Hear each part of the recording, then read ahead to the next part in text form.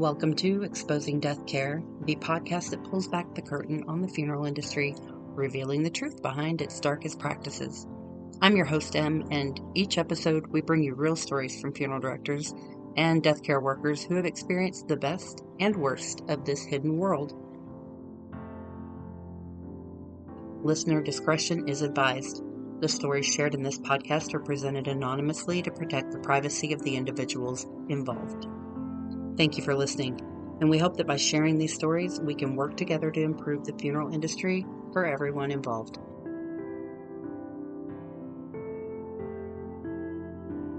Before we dive in, a quick disclaimer. The stories shared on this podcast are anonymous and may contain sensitive content.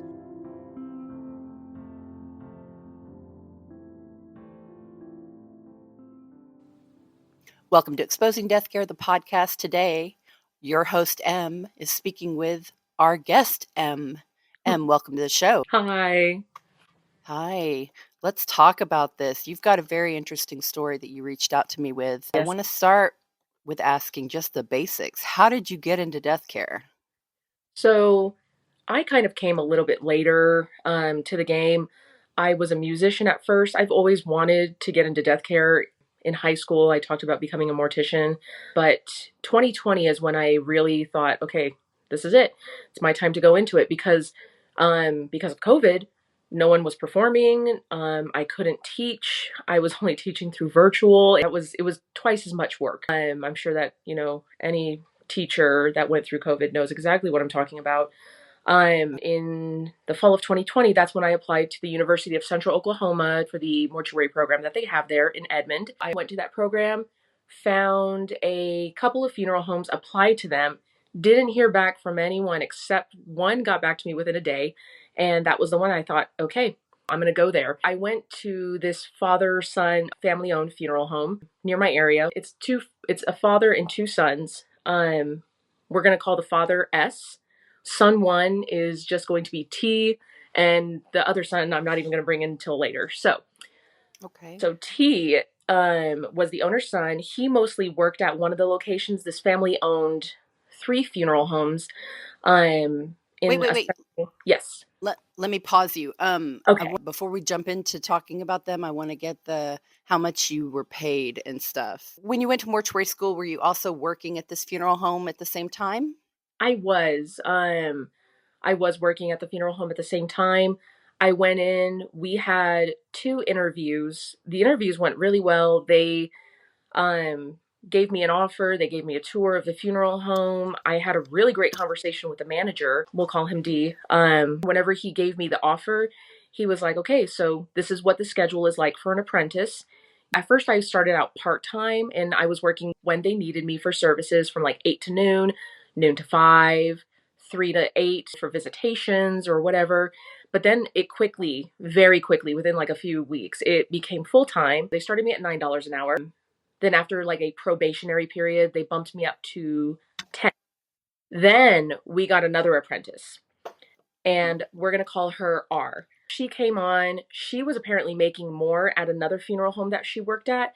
She talked to the boss. Then all of a sudden, we both end up getting bumped up to like $15 an hour, working full time, 8 to 5. We're on call every other day. So Monday, Wednesdays, Fridays, and every other weekend. We have a rotating schedule. We're on call for all 3 funeral homes every other night whenever we would rotate. And one of the things that we both noticed whenever we first started working there was like how warm and welcoming everybody seemed to be at this family-owned funeral home, and we were excited about it. But then things kind of quickly, after about like a few months, kind of went downhill. They offered me a full-time position after graduation, and I was very excited about it. But unfortunately, I ended up leaving because of what we are going to talk about. And let's get into that.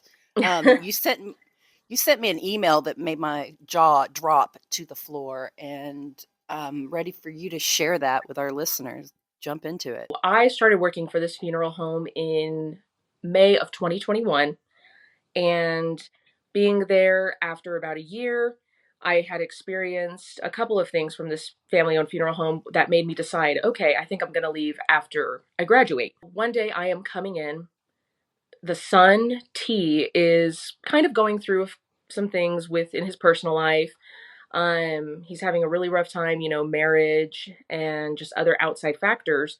Well, I see him come in, he walks into the funeral home, and he has a gun on his hip. So real quick, let me pause. I wanted to look up and see if Oklahoma was an open carry, and it is an open carry state. Yes. Their constitutional carry law allows most residents over the age of 21 or military members over 18 to carry firearms openly or concealed without a permit. While Yes. the law allows open carry in many public spaces, there are restrictions in certain places like government buildings, schools, and private properties, blah, blah, blah. So he walks in with a gun, which is Yes. legal. Yeah. But it's the fact that it's him walking in with a gun, because I had already witnessed prior behavior to this that was Ooh. very concerning. I'm Okay. talking, it rhymes with shmrehab. Okay. Sorry, because I don't know, like, so he's gone, like, No, he's you could say gone. whatever you. Yeah. Okay, so I mean, like, this guy was in rehab. Yeah, So you and have drug abuse issues. yes, he did have some of Okay. that drinking issues, and Anger. yes, and Okay. I'm not a psychologist, a psychiatrist, but there was also some, mental health issues, like everyone in this business almost deals with. Like a lot of us deal Oh with. yeah. I mean, we all come into contact with it at some point, anxiety, depression, just because of what we are surrounded with. So Mm-hmm. he walks into the funeral home. I'm a little concerned just because of who he is and how I've seen him act. And I'm thinking, this is a person that doesn't need a gun. He walks into one of the back offices. I'm watching him walk around. And then I ask him and I said, "Oh, so when did you get the gun?" And he goes, "Oh, yeah, I just got it like a few days ago in case if somebody tries to attack me or someone tries to come after me." He was trying to like act tough. I don't know what his deal was. But then he pulls it out of his holster. He goes, "In case I need to, bap." And then he lifts the gun, points it at my face. So I am making eye contact with this man's fucking gun pointed right at my face. Uh-huh. And it was loaded. Rule number one, anybody who is a responsible gun owner knows you never point a gun at someone unless you are intending to shoot, and you always handle guns as if they are loaded. You always treat firearms as if they are loaded. You're taught that as a fundamental rule in Yeah. firearm safety courses, and they're like covered by organizations like the NRA, National Rifle Association, or other state certified firearm training programs. So yeah, there are main 4 rules. Treat every gun like it's loaded. Never point a gun at anything you're not willing to destroy. Keep your finger off Mm-hmm. the trigger and your sight on the target. And be sure of your target and what is beyond it. Nope, Yeah. he just whips it out, holds it right in your face. Yeah. He just whipped it out, pointed at my face, and then he points it back down. I'm in shock. I literally just stand there. Oh, yeah. And it felt like I was standing there for 5 minutes, but I know it was just a second. I walked out of that room into another room, stood there trying to compose myself because I thought this motherfucker really just pointed a loaded gun at my face. I was really in shock. I walked back into the room and I looked at him and I said, "Is that gun loaded?" And he goes, "Oh, well, the clip is in the gun, the magazine's in it, but I don't know if there's a bullet in the chamber." Yeah, Whoa. Now, exactly. is this what you had recorded or no? This is not what I had recorded. I was going to say, so you asked him if it was loaded and he told you that. Yes, yeah, the magazine was in the gun, but Mm. we both do not know if there was a bullet in the chamber because he did not empty out the magazine and he did not check to see if the chamber was clear. So there He could just, have been a bullet in that gun. yeah, he just straight up pulled it out of his holster. Yeah. Mm. He left to go to one of the other locations, and I was still in a state of shock. And I walked into my manager's office, D's office, and I Mm. said, "Hey, so T has a gun, right?" And he looked at me and he goes, "Really?" And I was like, "Yeah, he came in with it and he pointed it at me."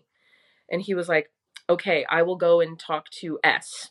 So he Mm-hmm. goes and talks to T's dad.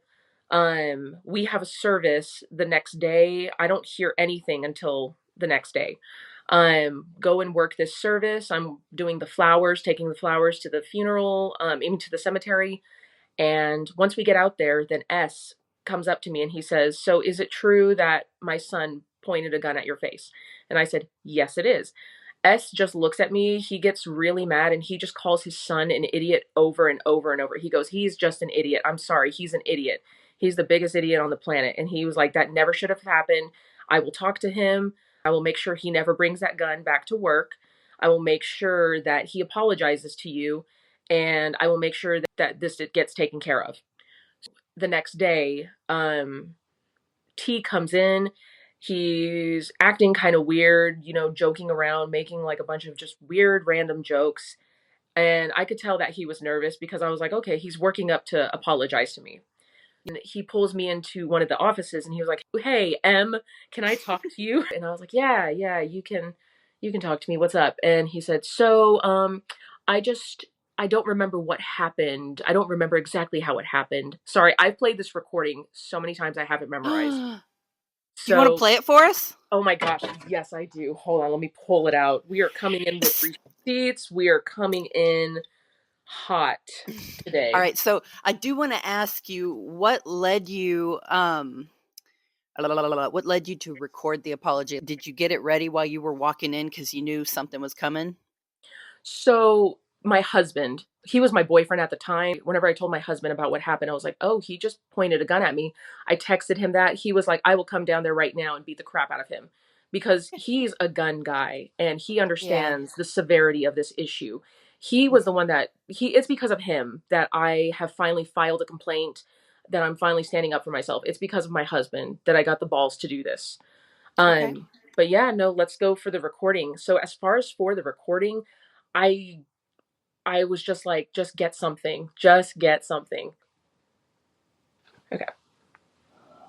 From what I don't remember exactly. What I remember is that I had the clip out and it cocked back so that it was completely unloaded. Is that not how it happened? Mm-mm. Okay. So I'm sorry. Thank you. I appreciate that. You're welcome. I didn't mean to offend you or scare you or anything. I would never intentionally try to do that. I apologize. No, thank you. Okay. You're welcome. You can just hear how awkward and how fucking that was the most bullshit. It sounds forced.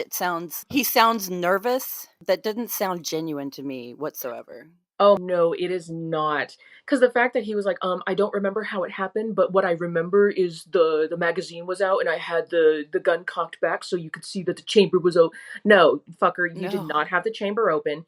You did not have the fucking magazine pulled out. It was in, it was loaded. You know what you did. You're just pissed that you got caught. After, it took me 8 months to leave this funeral home afterwards because anyone who has a job out there knows you can't just leave without some type of backup. I have to have insurance. I have a roof to pay for. I have utilities I like, kind of like air conditioning and heating. I like having that stuff. So I kind of need a job. So it took me. Yeah. And then on top of that, it's very difficult to transfer within the funeral industry, as you know. Yes. To different facilities, especially after you went through all of that to find one that would hire you. And now you had one and you didn't want to let that go. Yes. I remember listening to a few of your earlier episodes and especially that first episode. I listened to that one twice, 3 times because I was just like, this is so true. You have that fear. Now I'm over here and I'm like, S ain't shit. He can come after me. He can try to sue me for this. He can try to do something. I've heard through the grapevine that he's telling people this is a he said, she said moment. And I know it is not a he said, she said. This is a, he did, she got him. And now everyone's pissed because the funeral home is under probation. They got to pay a $7,500 fine. T has to pay a $750 fine. D has to pay a $750 fine. And on top of that, T also has to take a gun safety course before the end of the year. So circle back. Which one is the funeral director in charge? Which letter? That D, as in dog. D. So because they were funeral director in charge when the incident happened, how much were they fined? He was fined $750. In the consent order that the funeral board sent me, it shows that both funeral directors, the FDIC, so the funeral director in charge, D, and funeral director T, are both subjected to pay a $750 fine. Wow. And then the funeral home had to pay how much? A $7,500 fine. Oh, pathetic. Okay, and then pathetic on what the other two had to pay as well. Okay, and then how were licenses affected? T was suspended from practicing for 30 days. Excuse me? Yeah, here's the thing. My theory is if I had spoken up sooner, I think Uh-huh. the consequences, I should have called 911 the Oh moment that yeah. happened. But I was so stunned and so scared and I was like, "No, I can't." It's the fucking way that we're raised. Like I'm in therapy now and I am breaking Yeah. down so many barriers. Like the fact that my dumbass thought, "Oh, no, we can't disrupt the workday." Oh, yeah. Like, I mean, who the hell thinks that? Yeah. I really like, I regret not calling 911. I really do. Oh yeah, hindsight is always 2020 in these instances, and my gosh, the fact that you even made it through the rest of the day. Whew. I know, right? And the fact I stayed there, oh my Yeah. gosh. So it was your boyfriend turned husband that finally gave you the courage to file a complaint with the Oklahoma Funeral Board, right? Do you feel the board's response and the imposed sanctions are adequate, or is there more that should have been done? Honestly, now because it being 2 years later, I do feel like it is adequate. That's just, I mean, honestly, I feel like more could have been done, Hmm. more should have been done. Um, but I think it only At would this, have happened if I responded sooner. yeah. So at this point, you're just glad that something was done and that it Yes. was, even looked into. Yes. Anything else about that story that you have to share before we move on to other stories? My biggest advice, if someone pulls a gun on you, speak the fuck up. Don't do what I did. No kidding. Yeah. Anything that happens in the workplace, Yeah. violence related. Oh, yeah. I mean, we've been Oh, over all the different things that happen. What? Tell me. Oh, oh, sorry. No, I know. I just realized the biggest part about this, the part that kind of like hurts me the most is that I was encouraged, to keep quiet by the boss. mm-hmm. And whenever I would like tell people and be like, oh, yeah, T pointed a gun at my face, everyone was like, what? Like some of the coworkers didn't find out until a few weeks later. I know, right? I was like, damn, I thought news traveled fast in this industry. Boy, they sure kept that one quiet. Mm. Now, anytime anybody asks, oh, weren't you at, this place? Yeah, I was. I left because a gun was pointed at my face. So, Mm-hmm. You mentioned experiencing or seeing racism, sexism, fat phobia, and unethical practices at that funeral home. Are you comfortable sharing any specific instances of those experiences? absolutely. This is one about racism. Okay. We sitting in the office and all of a sudden we hear the door open and we see a pretty big family walk in and they happen to be a Hispanic family. So there's at least 6 people that walk in and Mhm. then I hear, "Oh, fuck, another Mexican family." And I'm yeah, exactly. I'm standing there and I was like, "I'm Hispanic." So I was as soon as they Yeah. said that I was like, "Oh." What are the different ethnicities of the people that were in the office when this happened? So there was me, Hispanic, and then 2 white people, and that was it. Everyone else was Okay. either working a service or at another location. While I was there, there were, several white men, a few white women. There was myself, one of the Hispanic girls. There was another Hispanic director. We had one girl, she was black and white and Native American. And then we got another Hispanic apprentice, and she was a funeral director there. So there was like more so like Hispanic people and more so white, but we served a lot of like Hispanic and white families and a lot of Asian families too. But Mhm. yeah, the fact that, a Hispanic family walks in and I hear, ah, fuck, not another Mexican family, or it's just I've so heard it. disheartening. Oh, I've worked for people like that. And I'm sure that anybody listening to this, probably 75% have also had the Oh, yeah. mm, I understand being nervous about meeting, with a family that has like different accent or because like some people with hearing aids, they have trouble understanding accents or some of my family members because their accents are so heavy and I do have a hard time hearing. It's hard for me to understand them. So I do get nervous whenever I hear people with thicker accents just because I'm afraid I'm not going to be able to understand. But for them to do that to every fucking family that would walk in was just, it was Mhm. just, I was like, really? You guys just can't act better than this? Let's go into generation. The person that said this, were they a boomer? Yes. Yeah, I figured as much. Ugh. You can Yep. tag those directors anywhere. Mm-hmm. The weird thing is, it's so funny to see the different generations. Like, you'll see the boomers, they'll be like, ethnic people, Mhm.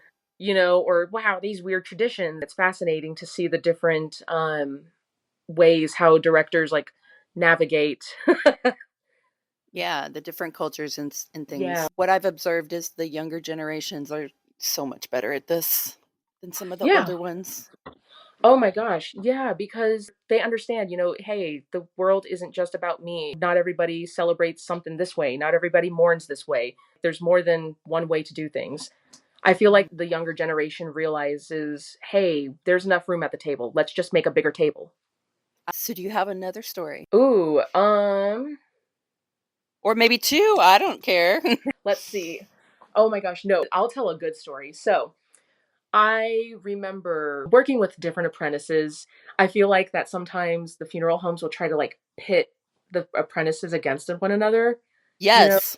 like, oh, when so and so was an apprentice, well, they did this much work. They did 5 removals and they never cried. Women experience that more so, the competition pitting women against each other.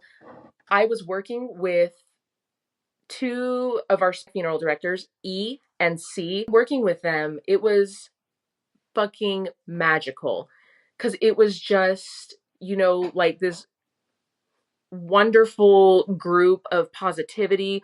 The funeral director E, she's like 4'9", tiny little thing, but she's just this fireball who is a workhorse, one of the best funeral directors I have ever met. She always has such a positive attitude and she's so encouraging. Whenever I worked with another director and I was like, oh, I don't know how to do this, they responded with negativity. But she was a funeral director that was like, that's okay, girl, I got you. I'm going to teach you how to do this. You're going to learn how to do this and this. And she was very positive and wanting to teach me. And those are more the directors that we need. Oh gosh, yeah. Oh my gosh, she was just fantastic. So I see E and C working, and then I was like, I don't know, just being around those type of people, they just inspire you. They made me feel like I was working even harder, even though I am already a hard worker. They were the type of people that would say, oh, you don't know how to do this? Let me show you. Nice. Every time I think about those, like 2, and then there's another girl there. Her name is V. Absolutely fantastic. She's the same way. She'd be like, let me show you how to do it. That's awesome because they're genuinely, I have not run into enough people like that in the many years that I've been in the funeral service industry. They did pit people against each other. There were cliques at work. Mm-hmm. Um, I can't think of anybody that I have worked with that had that attitude. Now I have run into people like that worked for like mortuary services or another funeral home, but I never had the honor of working with anybody that was that positive and that Yeah. good to be around, you know? Oh my gosh. No, they were, especially seeing like that little tiny director E, like just working. She is just like such a bright light of energy. One of those people where I'm like, yeah, she makes me want to stay in this industry, as opposed to Yeah. one of those people that, it's like, oh my gosh, I questioned myself after that funeral home and I was like, am I really meant to be in this field? Mhm. Yeah, I think a lot of people have had that thought, Oh and then we yeah. lose a lot of people that way. Exactly.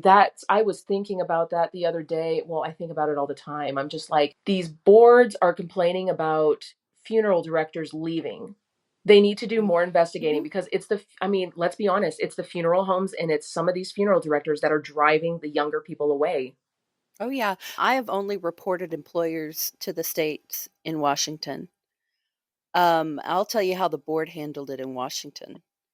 After this incident, they observed people attacking my license. It was definitely retaliation. They didn't pay attention to any of that. They continued to ask me questions. Of When they course. went and investigated my 12 complaints against my former employer, which included cremating a minor child without mother's signature in the state of Oh my Washington, mother and God. father both have to sign, and never let mom see the child before cremation happened. Oh, One of 12 things that happened.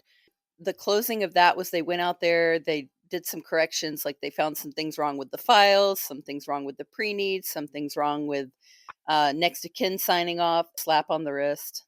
Basically, I was told to take a continuing education class, and that was it.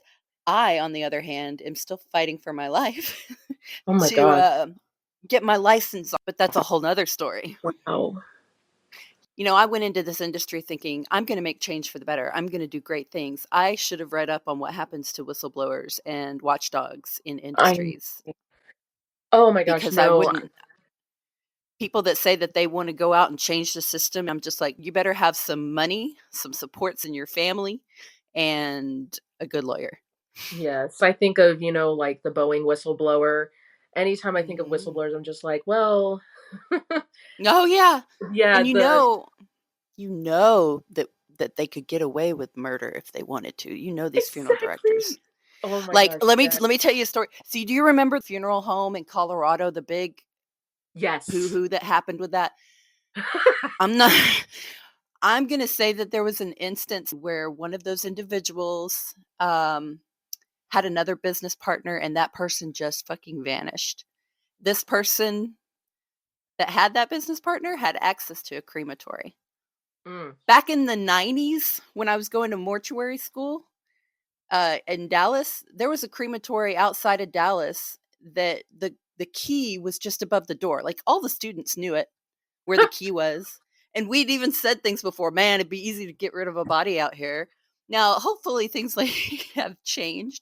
But yeah, like, we've seen unsolved mysteries, different things like that, where somebody was Yes. buried underneath the casket. Mm, yeah, so I should have been thinking about all of that. It's a wonder I'm not missing. Yeah, no, if all of a sudden we see that you don't have any podcasts, I'm suddenly silent on yeah, Instagram. That's yeah, when you know there's something to worry about. yes. And then it's just like, okay, well shit. Don't worry, I got Kermit the Attack Dog. He'll keep me safe. He knows how to be a big tough guy if he needs to. Oh my gosh. But no, I really want to ask you. So I was going to ask you about that. How have things been since you have started this podcast? Because I have heard from other people in this industry that you have started receiving backlash. And I Mhm. think, because I mean, what you are doing is like, this needs to be done. I haven't really spoken out much about what has happened to me in the last 2 years, because there's a time and a place for it. Oh, yeah. But being, um, there were some individuals that, I mean, I'm too trusting. That's part of my flaw. I've learned this with my therapist. I'm just way too open in the hopes of having camaraderie and community. And I let these people far too in to my thoughts in my life and my personal mental struggles, because I thought I had community. I thought that I was establishing work relationships that were going to, you know, be fruitful and la la la. Yes. Oh But my God, girl, same. yeah, so you open up to these people because it's like your second family anyway. Yeah.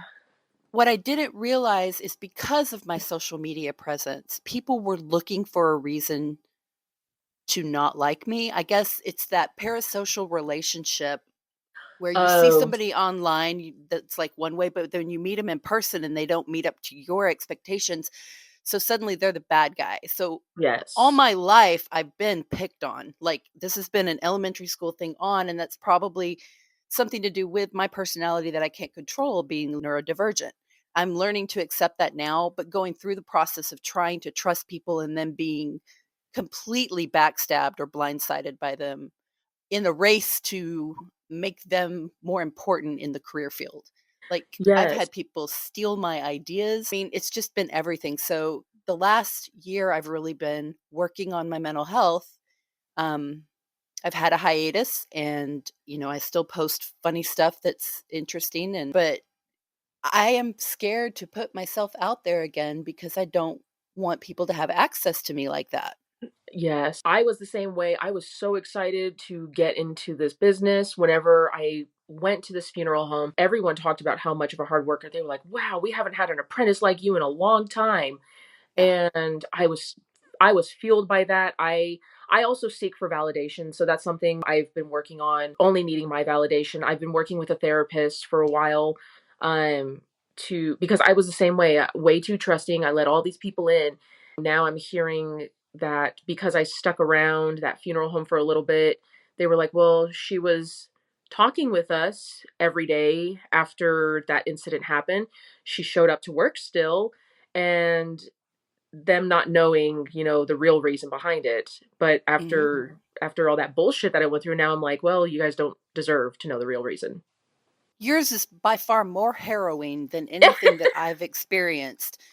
But like observing the way some places that I work treated the deceased, like Oh my that god, should have yeah. been my first red flag to walk away, but Yeah. you couldn't. I couldn't, especially because at the point that I already had social media, I had made a presence of myself online. Getting in there and seeing these things, I was like, I knew corporate funeral homes weren't going to hire me at this point because I was already talking bad about embalming. So I had to work for the undesirable. Seeing some of the things that I saw, like,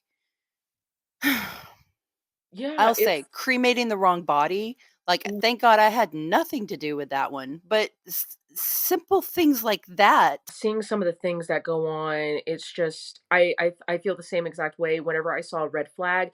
And oh my gosh, and that's another thing with this funeral home. I did see a red flag. Some of the other apprentices saw red flags. They said something. I remember saying something, and the boss just dismissed it. He is Yeah. very dismissive with concerns because um he there's two sons. Mhm. One does more work than the other, but in the end of the day, if you ask any of the funeral directors there, they'll be like, "Oh, they don't do any work." I remember whenever I did get offered that position, the very first thing every single director and employee there said to me whenever I was like, "Oh my gosh, S offered me a full-time position after graduation." Every single person said, "That's wonderful. Leave. Run." Oh. Oh. Yep. Yep. I've been there, and I'm sure a lot of other people in this industry have been there too. But that's why we're doing this podcast. And I wanted to circle back to something I didn't answer because I went on one of my little tangents um, about the impression of this podcast on those that are in the industry. They should listen to it. Maybe Yeah. they'd have a little bit more empathy and compassion for those that they work with. I did this because I had no other outlet to discuss what I had been through, and I knew that others felt the same. Yes. Oh my gosh, yes. So So, this is why I keep people anonymous when they come on, because I know how vindictive the funeral industry is as somebody who has been the target. yeah. And I wouldn't want to put anybody else through that. Like, I see these new people coming on social media, and as somebody that's had the social media presence since 2016, I like I just want to tell them, be careful, be so careful, Mhm. because it's like these funeral directors in these toxic Facebook groups have nothing better to do than to Yeah. find out where you work and make your life a living hell. Man, Yeah. that's heartbreaking. So, oh yeah. Ugh, it's disheartening. Yeah. I do want to say before we close, what advice do you have for other funeral industry professionals who might find themselves in a similarly toxic workplace? If you are in a toxic workplace, try and get out. Um, just try and get out as best as you can. That might even mean having to go work at not a funeral home for a little bit to support yourself until there is an opening at a place that you might be able to find suitable. Attend the funeral of a funeral home that you're looking at. Attend one of their funerals. See how they Mhm. work, watch them, and cuz attending a funeral will tell you a lot. Oh Uh, yeah. you the way that they treat everyone, you'll see. Just keep an eye on them when the funeral is not going on. That's when they show Mhm. their true colors. That's Yeah, the big if they're time. all huddled in a corner talking about the guests instead of trying to figure out where the flowers are going to go, that's another red flag. Do not ignore red flags. That's the big takeaway, right? Yes. Yeah, that is, and I'm still trying to figure out, like, why do I still ignore some red flags? Is it just because I'm naive and just choose want to have like rose-colored glasses and just be like, it's Yeah, fine, fine, it's we fine. we want to believe the best in people. If you really are going to go into this industry, watch for the red flags, speak up, especially if you're at a corporate funeral home, you have an HR, use Oh yeah. it. And I always say, as an addition to what you've stated, take notes on your notes app in your phone, things you're concerned about. Ooh, record. Keep- If Oklahoma is a one party consent state for recording, that's why I was able to get T's apology recorded. Excellent. If he found out I was recording and if we were in a state, that doesn't allow that, then I would be in trouble. But thankfully, look up your laws, find out what's legal, cover your ass. 100%. No, thank you so much for being on the show today, Em. I really appreciate your time, and I'm so sorry that that happened to you. Of course, it should never happen to anybody, but those of us in the industry, our heart goes out to you for that experience that No, you had. thank you. I know I greatly appreciate it. Thank you for having me on here. Thank you for letting me tell my story. This has been a great experience. I appreciate it. Thank you so much. You have a wonderful week, and everybody else, you do the same. Thank you for tuning in to an episode of Exposing Deathcare, the podcast. I truly appreciate your support and the courage of those who have shared their stories with us. If you or someone you know has a story to share, we encourage you to reach out. Your anonymousness will be protected, and your story could help prevent further harm. You can leave comments, ask questions, or provide feedback on our social medias, Exposing Deathcare, or email exposingdeathcare@gmail.com. Podcast music by Enlia.